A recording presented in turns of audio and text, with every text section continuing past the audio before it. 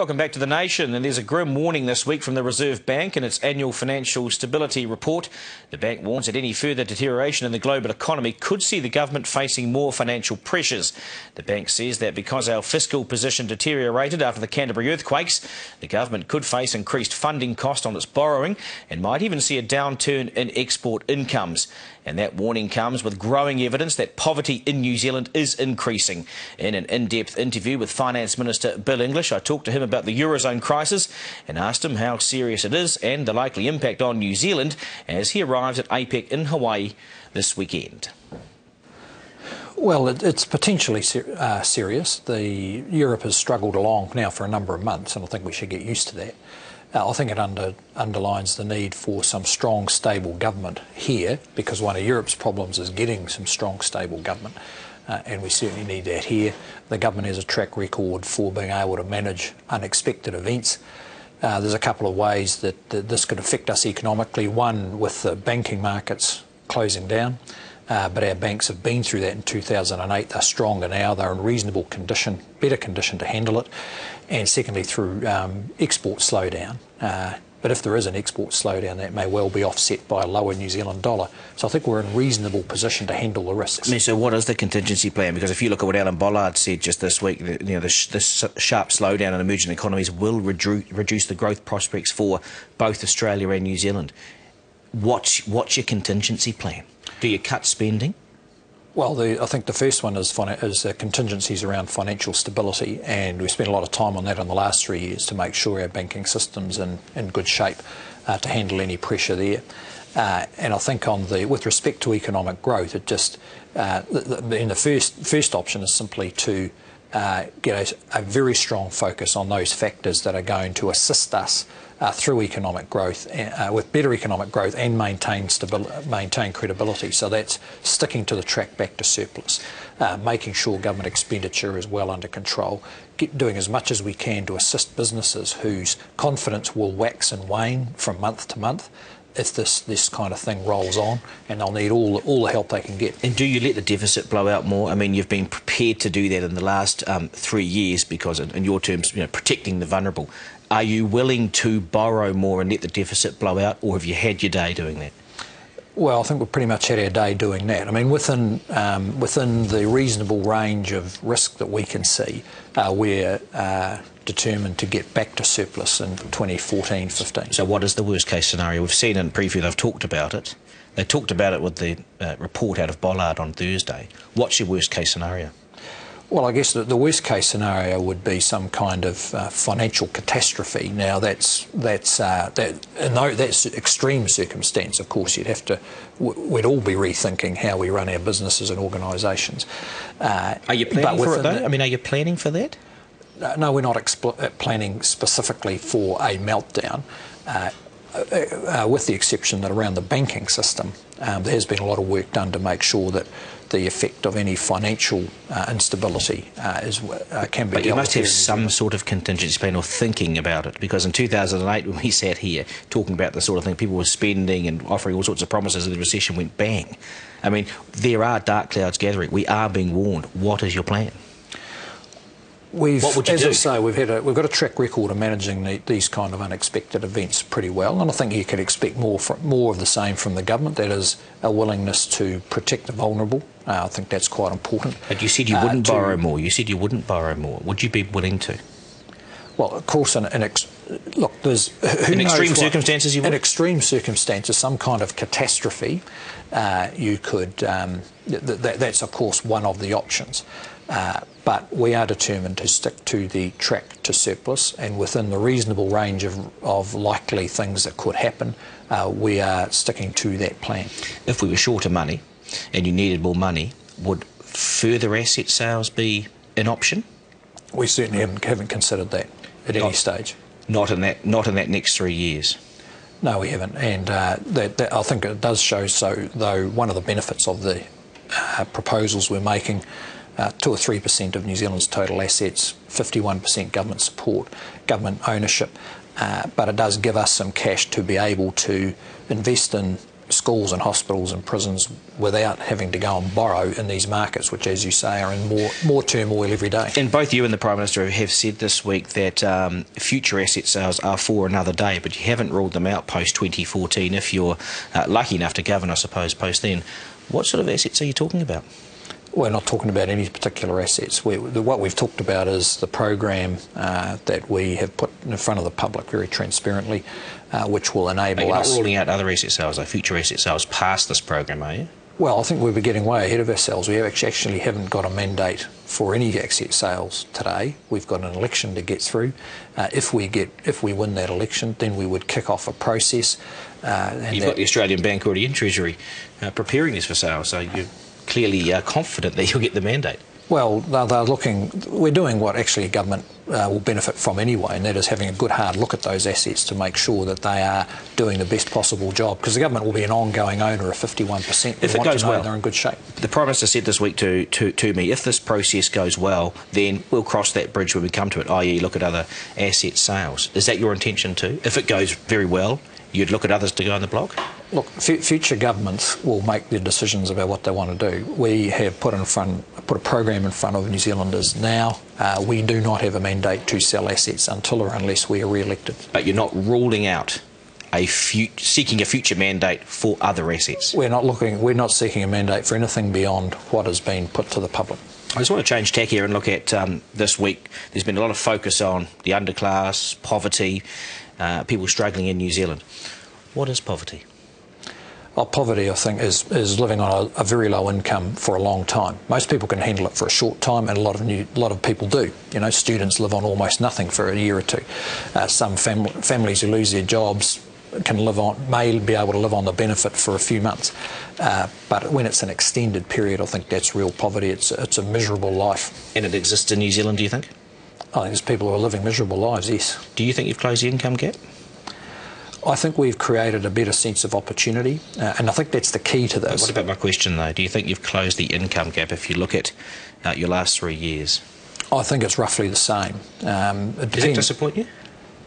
Does it disappoint us? Well, we're setting out to create opportunity. Is it your aim to make poor people wealthier? It's our aim to provide them with opportunity. You can explicitly close the income gap in the short term if you just give more money to people on low incomes. Our opponents are proposing to do that. I don't think anyone believes that's the way out of poverty. Is it a failure? Oh, I want to get to something in a minute, but is it a failure with your admission today that it's about the same?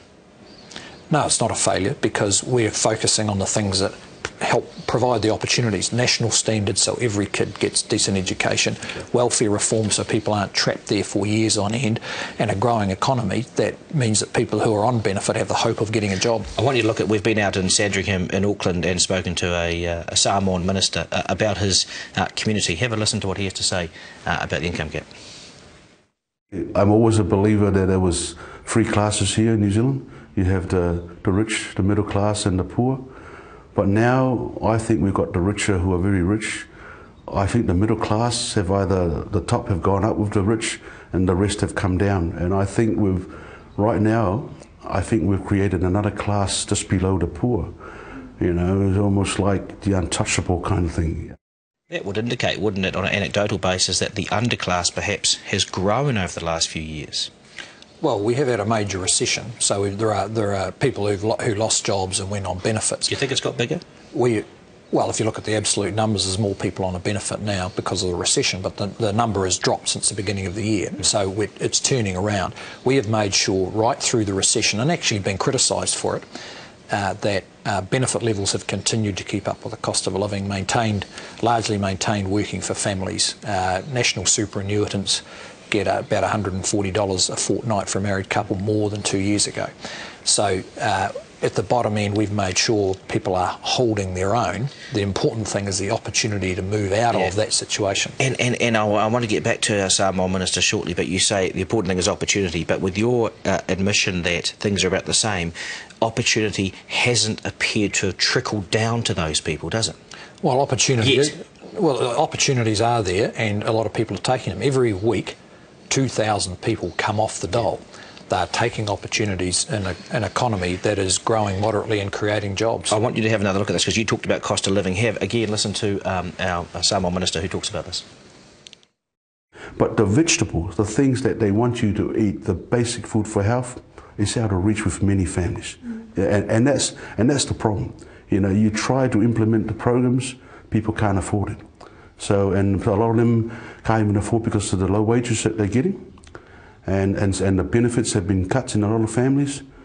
And that doesn't help with the problem at all. So people, in terms of the food, people are going for quantity over quality? That's right.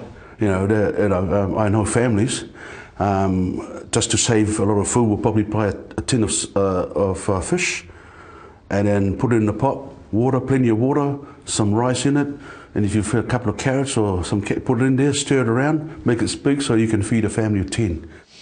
You see, and Gareth Morgan would seem to back this sort of thing up too. He wrote this week that the economic reality is that the real wages for lower skilled people have fallen since financial deregulation and globalisation, and the trickle-down theory has been an abject failure for them. People that are represented by a minister like that. Do you accept it? Look, I accept that there's people finding it pretty tough, and we have made sure we support them as much as possible through a recession. Borrowed a lot of money to do that. I think most New Zealanders agree that the instincts of the John Key-led government around that have been the right kind of instincts. But alongside that, it hasn't taken them out of poverty, has it? I mean, 3 years ago, New Zealanders saw this new Prime Minister, this new party, and he was talking about the underclass. What I'm trying to get from you, Minister, is you've said things have stayed the same. Anecdotally, if you look at what they're saying here, and I went up to the Mangere Budgeting Service this week, who are funded for 300 people and saw 3,000 in the last 12 months. Anecdotally, it would appear on the ground that the gap's wider and that there's more people in that, what the Prime Minister called the underclass. Do you accept that? I accept that it's been pretty tough through a recession. We can argue the toss about whether the numbers, what the numbers show. From all the analysis I've seen, it's about the same. And that's not a bad result, actually, out of a recession when you see so much damage being done in other countries who haven't dealt with it that well. The key thing here is the opportunity to get your kids educated, to break out of the welfare trap, and to get a job, and that's what we are focused on. And New Zealand's in a better position than many, that over the next 2 or 3 years, more people who are living on low incomes and struggling on it will have the opportunity for pay rises and for better jobs. Well, if you look at take-home pay, and let's quickly look at this before we end the interview, someone on $30,000 a year after 2 rounds of national tax cuts, do you know how much extra they've taken home per week after your 2 rounds of tax cuts on $30,000? Oh, it'll be around $10 to $15, yep. And that's been offset to some extent by the increase in GST. So a lot of those people are in about the same position. Yeah, and on $150,000 a year, it's $151, meaning the income gap. You're right, you're pretty close to $16 a week. So it's a $135 difference. I mean, just on take-home pay alone, your government's responsible for widening the income gap of take-home pay. When we did the tax package, we published the full analysis of the impact on the income distribution, which showed that by and large people were in about the same position. So if you're on 150 grand to 30 grand, the gap's $135 difference in take-home pay after your 2 rounds of tax cuts. Yeah, but you're only looking at part of the picture there. I'm looking at the significant part of it, though. Well, no, you're just picking one part of the picture. There's been a GST increase. There's been a drop in interest rates for all those households who are saving, and in fact the most recent analysis from Treasury shows that the top 10% are the one group whose income has actually gone down. And there's also the changes to property tax, and we're taking $800 or $900 million this year out of the property sector. That's not coming from people at the bottom end, that's coming from people at the top end. I just want to finish where we began, just finally. Can anybody see any sort of sun and warmth and wealth on the horizon, if you like, given that you're about to head off to APEC and you know that the talk is it's going to be pretty grim for a few months, if not a year or so? Look, I think New Zealanders' expectations are realistic and they've proven to be very resilient. And I think they've understood pretty well a direction which is about getting the incentives right. That's what's driven the changes. Is it batten down the hatches again for New Zealand families? Well, they've battened down the hatches. You just got to talk to the retailers in any street in the country and they'll tell you. Some of them are doing okay, some of them are doing pretty poorly. Total spending growth is about 1%. Credit growth is about 0. So families have battened down. That's been the adjustment that the country's needed. Should they expect another global recession come at them? Well, compared to any other... Global recession? Compared to most global countries... recession? Well, who knows? We're not expecting to be in recession. New Zealand has had a pretty moderate adjustment for what has been quite severe change in economic circumstances, and that is the stable, credible government making sensible and balanced decisions. They can expect more of that, whatever the world throws at us. All right, Bill English, thank you for joining us on The Nation today. Cheers. Thank you.